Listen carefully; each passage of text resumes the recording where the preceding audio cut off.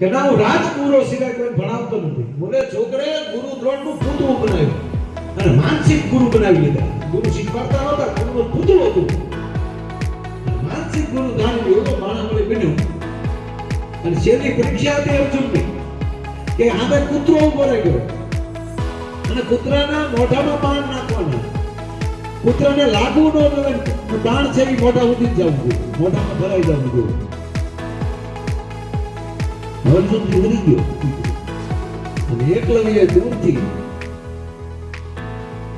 5 બાણ નાખી દીધા. કેટલા? 5 બાણ કૂતરાના મોઢું ફાટ્યું. કૂતરાને લાગ્યું નહીં, એમાં ખાલી મોઢામાં જ આવ્યું. ત્યારે આ કોણ? કલ્પનાનો તમારો શિષ્ય. તમને મેં કલ્પનાથી ગુરુ બનાવ્યા હતા. તો જે રૂબરૂ બન્યા હોત તો શું થાત? આ અંદર કાંઈક બનવાની પીડા એ તમે કોકની ભૂલો કોકનો ભાગ કાઢશો એનો અર્થ એ થયો કે તમારામાં સંયમ શક્તિ ઓછી છે.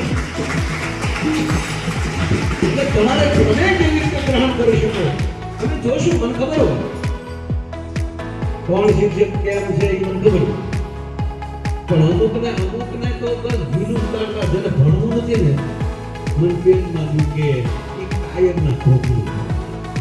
આમાં તમારે કઈ લઈ લઉં તમને પ્રેરણા આવી રહી તમે બાપ રામ લક્ષ્મણની બાલુડાના મુખ સે દીદી મોટી એની ઊંઘ દીદી શિવાજી નંદનું નામે માતા જીજાબાઈ જોડાવે.